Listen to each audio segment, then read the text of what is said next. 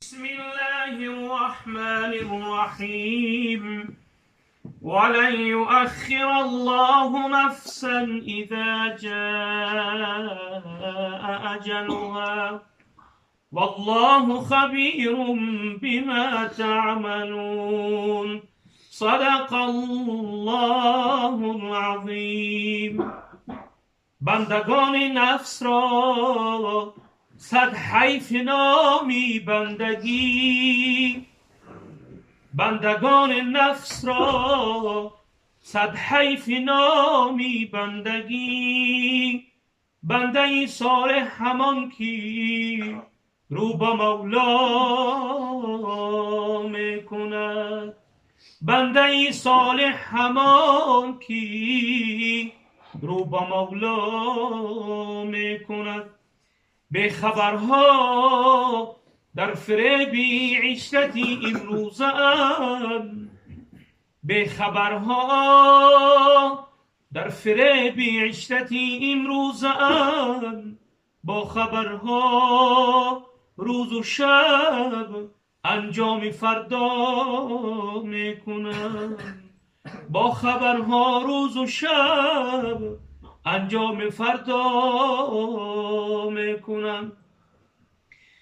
در جوانی طاعتی چندان نکردم، وای وای، طاعتی شایسته رحمان نکردم، وای وای. امر و نهی حق تعالی را بجا نیاوردم، خواندم و دانستم و فرمان نکردم، وای وای.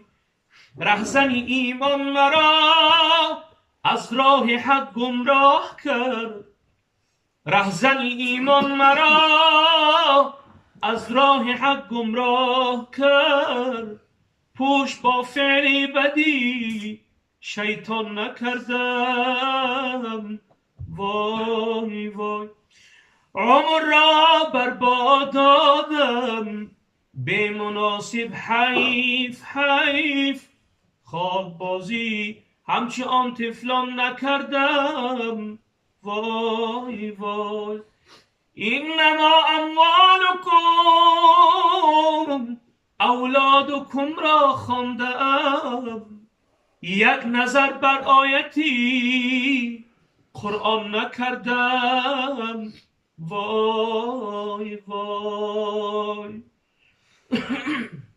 خداوند قرآن کریم می‌فرماید انما اموالکم و اولادکم عدو لکم، مالهای شما و فرزندهای شما دشمنان شما هستند. و یک تو بعضش میگه انما اموالکم و اولادکم فتنه، فرزندهای شما و مالهای شما برای شما فتنه هستند. بعضیا را که به خاطر مال شده از ایمان خارج میشن، بعضیا به خاطر فرزند شده از ایمان خارج میشن. حضرت میگه انما اموالکم اولادکم را خوانده ام، یک نظر بر آیت قرآن نکردم، وای وای. هنگامی که جان میسپاره بعد اون محل پشیمان میشه که میگه حضرت فایده نداره. در پی نیکان نرفتم چون سگی اصحاب کهف، در پی نیکان نرفتم چون سگی اصحاب کهف. چند روز خدمتی مردان نکردم، وای وای. سگ اصحاب کهف تماشا که باشی فیلمش خداوند در قرآن کریم در سوره کهف منظره را بیان میکنه. میگه که یک سگ از قفای انسانای نیک رفت، یکی از حیوانایی که داخل جنت میشه فردای قیامت، میگه همین سگ اصحاب کهف است که همراه انسانای نیک رفت، خداوند را داخل جنت میشه. برای ما نصیحت است که اگر ما هم از قفای انسانای نیک بریم، از قفای برادرای نیک باشیم، ان شاء الله که ما هم داخل جنت خواهیم شد. در پی نیکان نرفتم چون سگی اصحاب کهف، در پی نیکان نرفتم چون سگی اصحاب کهف. چند روز خدمتی مردان نکردم، وای وای. نه توافی کعبه و نه خدمتی صاحب دلان، نه توافی کعبه و نه خدمتی صاحب دلان.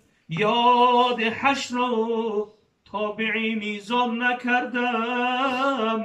وای وای. بعضی برادر هستن که مال ملک دارن اما زکات نمیدن. روز یک برادر گفتم عبارت کاریش $1,000,000 دست تا این محل زکات دادگی نبوده است. با وجودی حج هم رفتگی نبوده است. انا که بسیار خیر احسانش میکرده است، صدقه هم میکرد، حتی مسجد هم بنا کردگی بوده است. در تاجیکستان خودمون. اما حج نرفته است که برادر حج یکی از رکن‌هایی که فرض است. پیامبر محمد صلی الله علیه و سلم فرمود کسی اگر به خانه خدا مالش میرسه و نمیرود، اگر رفت از دنیا گفتن یا یهودی میمره یا نصرانی، یهودی هم او نصرانی گفتن حبیب خدا.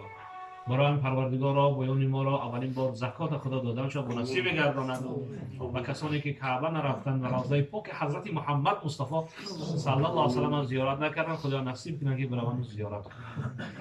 نه طواف کعبه و نه خدمت صاحب دلان، یاد حشر و تابعی میزان نکردم. وای وای. از قیام و از قعود و از رکوع و از سجود یک عمل مستوجب ارکان نکردم. وای وای. یا الهی جرمی جامی را، یا الهی جرم جامی را به لطفی خود ببخش، زان که یاد از توبه و احسان نکردم. وای وای. من از خوف عذاب آخرت بسیار میترسم، دارم گر به خاطر همچو برگ بید میلرزم. بعض شیخ‌های بودن میگه اولیای بودن که فقط تنشون میلرزید و حضرت همون را گفته ایسا از این ما شما را نمیگه 3-4 نمون طعام میزنه این پروا نداریم. میگفتن چوای خم میلرزم، میگم از ترس خدا لرزیده استم که چی جواب میدیم. من از خوف عذاب آخرت بسیار میترسم، دارم گر به خاطر همچو برگ بید میلرزم. چون این روزی سیاه در پیش داری بشنو ای غافل، چنین روزی سیاه در پیش داری بشنو ای غافل، که از خواب گران برخیز چون ابراهیم ندهم. ز اموالی که خوردن نیست دادن نیست جز حرص است، ز اموالی که خوردن نیست دادن نیست جز حرص است. خورد آن را دگر زینسان به کردار تو میخندم. حضرت میگه بعض انسان مال داره و نمیخره و نمیپشونش. حضرت محمد صلی الله علیه و سلم میگه بهترین امتی من هم امتیه که اگر خدا او را طعام داد، اگر او را خدا مال داد، بهترین طعام بخوره، بهترین لباس بپوشه، بهترین مرکب هکنه، که همون اثر نعمتی که پروردگار در بندش داده است همون را در بندش میده است، پروردگار خرسند میشه. بعض انسانان دارن نمیپشونن نمیتیان جمعش مینن. گفته حضرت سعدی کسی جمع کرد و گوشه بنهاد، خودش مرد و زنش با دیگری داد. برای هر مالی که خدا اگر برای ما و شما بتیه باید این زکات را ما بتیم و بهترین نعمتش با استفاده بریم. اینا همه از جانب خداوند است. همه انسان اگر همین قشلاق همه جمع شود یک کس بای کردن نمیتونه تا که الله رب العزت نخواهد. همه جمع شدن یک کس فقیر کردن نمیتونه تا که خدا را نخواهد. بنابراین بایشیدن و کم بغل شدن این از جانب ما نیست، بلکه از جانب الله رب العزت است. بعضیا را میگه که همه کار میکنن که بعضیا تاجرای بقوت هست، یکی خلاف بی رفته ایستن پایون شده ایستن، به خاطر اون که این نعمتی هست که خداوند هر کس نصیب نمیکنه. میگه برای اینها هم باز روز قیامت امتحانای سخت است. برای این مال دادگی هر یکی ما و شما را الله رب العزت فردا میپرسد.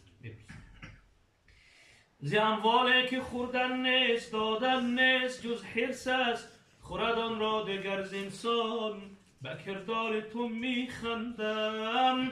جنونا ساعت عیشی جهان صد کوی غم دارد، جنونا ساعت عیشی جهان صد کوی غم دارد. سبب این است که دائم کرده ام مأوا به کوی غم. حضرت محمد مصطفی صلی الله علیه و سلم در حدیث میفرماید که میگه انسان خداوند بهترین نعمتش میتیه، بهترین چیزش میتیه و یگان بار اما انسان سرش در دنیا درد نمیبینه. اینطوری انسان شیران ممکن است که یگان غم نیاید، یگان عذاب به بالوش نمیاد، که میگه همتری انسان باشه که اگر هم سرش درد نکنه و بهترین نعمت و همه چیزش فقط به راحت و به کیف گذشته باشه، همون روزی که عزرائیل میاد میگه جانم میگیره، چنگش میزنه، سوالش میتیه که در دنیا چی راحت دیدی؟ میگه هیچی راحت ندیدم. وقتی که جانتی بسیار وزمین است، وقتی میگه عزرائیل وقتی که میاد میسپارد جان در حضرت، من میپرسن چی راحت دیدی؟ این انسان یگان عذاب کشتگی نبود، یگان مشقت کشتگی نبود، اما واسطه جانسپاری همین عیش عشرتی که چند سال در دنیا کرد، همین راحت میگه هیچ ندیدم من. میگه برامین بسیار روزی وزمین برادرای عزیز ما و شما در پیش داریم که یعنی که جان سپاردن است و سوی الله رب العزت رفتن است.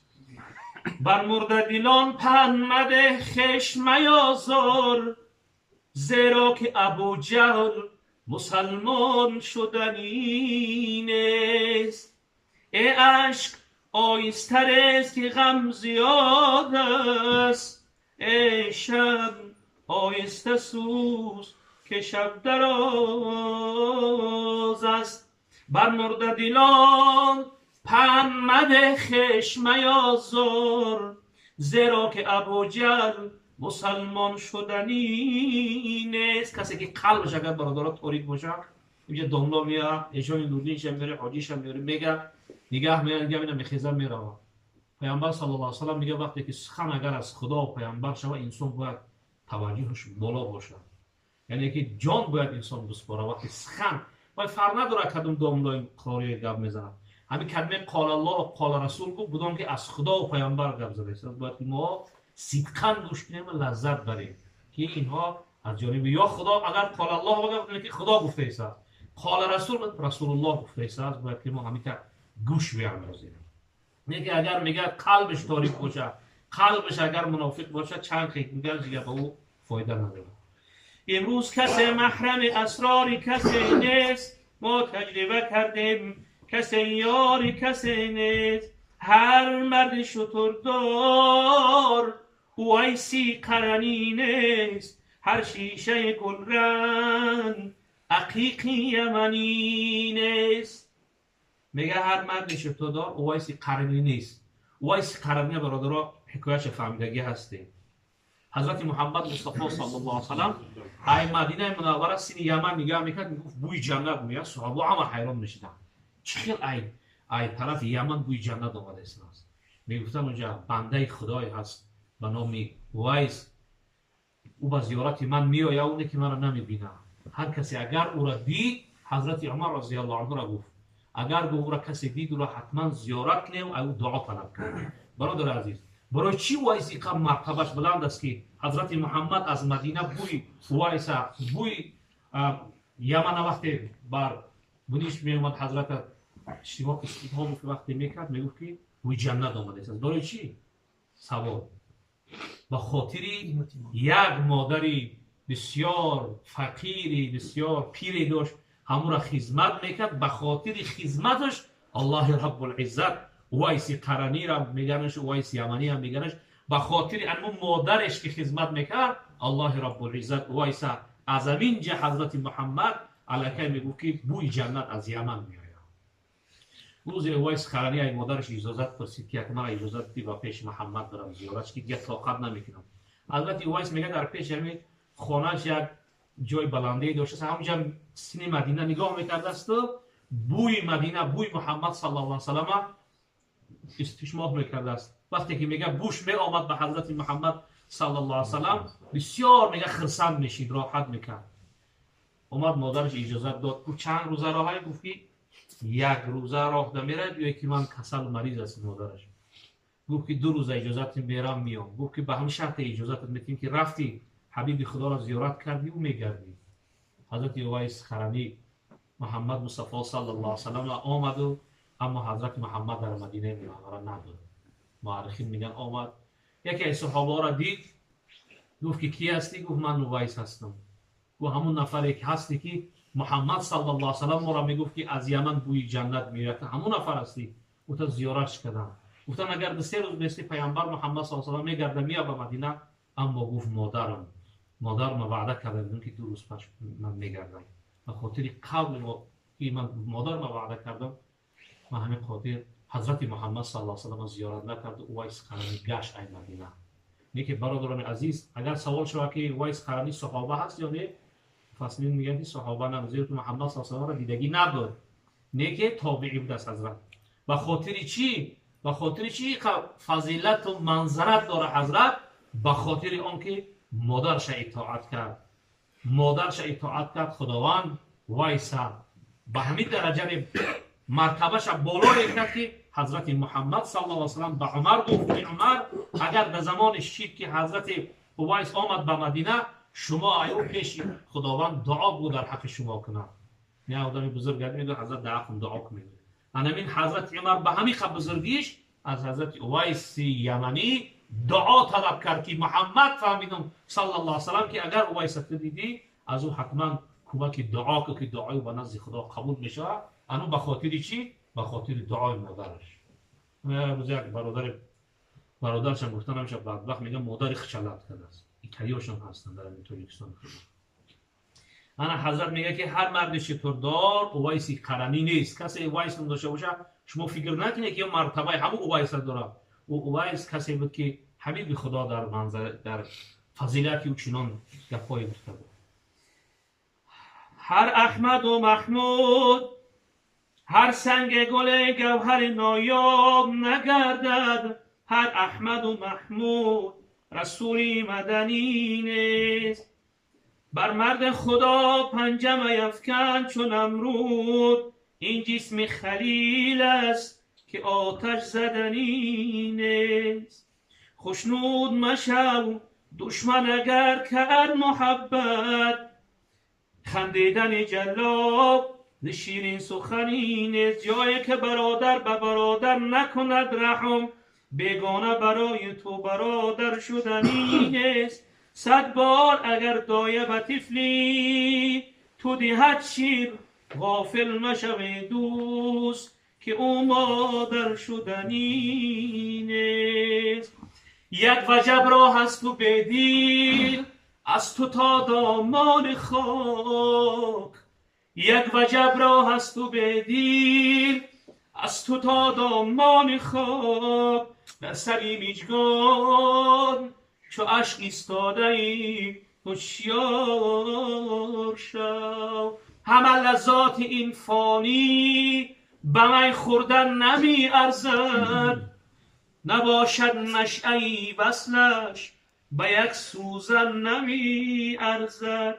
به جان پیوند نمرود است، راحتگاه فرعون است. به نزد عاشقی صادق به یک ارزن نمی ارزد. اگه همه لذات این فانی، همه معیشت و همین راحت یعنی دنیا رو میگه، به می خوردن نمی ارزد. می گفته همون می عشق الهی رو میگن. بزرگا وقتی انسان مست الهی شود، صدقاً اگر بسوی خدا، اگر صدقاً بنده خدا باشه انسان، همه میگه لذات همین دنیا رو جمعش کنی به یک عشق خدا برابر نمیشه. یعنی کسی بنده حقیقی خدا باشد، نباشد نشأه‌ی وصلش به یک سوزن نمی ارزد. اگر تو به خدا وصل نداشته باشی، همه کارات میگه حضرت بیکار هستن. که من زین رنجی دنیا میکشم از بحر دیدارش. وگرنه این به یک دم بزم جان کندن نمی ارزد. گناهی به عدد دارم، امیدی لطف در میزان. وگرنه طاعتم هرگیز به سنجیدن نمی ارزد. جنونا هشت و جنت، حور و غلمان باغ فردوسش. بروی نازنینش یک نظر کردن نمی ارزد. اللهم همه صلوات بگیم. اللهم صل وسلم وزد وبارك على رسول الله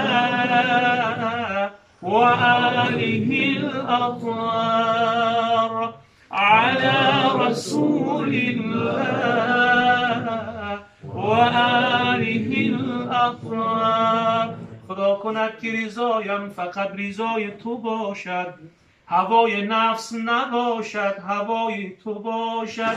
خدا کند که عبادتم به درگاه تو قبول درگاه تو باشد. یا رب زیدریتان چی منی گدا میخواهم، افزون زی هزار پادشاه میخواهم. هر کس زیدری تو حاجتی میخواهد، من آمدم از تو را میخواهم. پروردگارا چنان کن که سرانجام کار تو خوشنود باشه و ما رستگار. نه آن کن که فردای محشر تو غضبناک باشه و ما شرمسار. سبحان ربك رب العزة عما يصفون وسلام على المرسلين والحمد لله رب العالمين. اللهم نور قلوبنا بالقرآن وزين أخلاقنا بالقرآن ونجنا من النار بالقرآن وأدخلنا في الجنة بالقرآن العظيم شانه.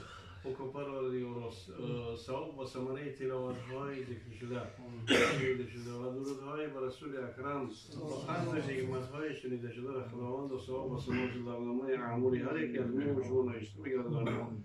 گذشتگی‌های از اولین تا به آخرین ما و شما را حضرت آدم علیه نبینا علیه السلام تا و خاتم الانبیاء تا به همین دم بخصوص گذشتگان همین خاندان متوفای مذکوره که به نزدیکی گذشته شده خداوند و مغفرت داخل جنت الفردوس ارواحشون شده ممنون بگردانید و ثواب و ثمره تلاوت‌های ذکر شده گفتیم و حدیث‌های شنیده شده و درودهایی که بر رسول صلی الله علیه و سلم فرستاده شد برنامه اعمال ما و شما نوشته بگردانید.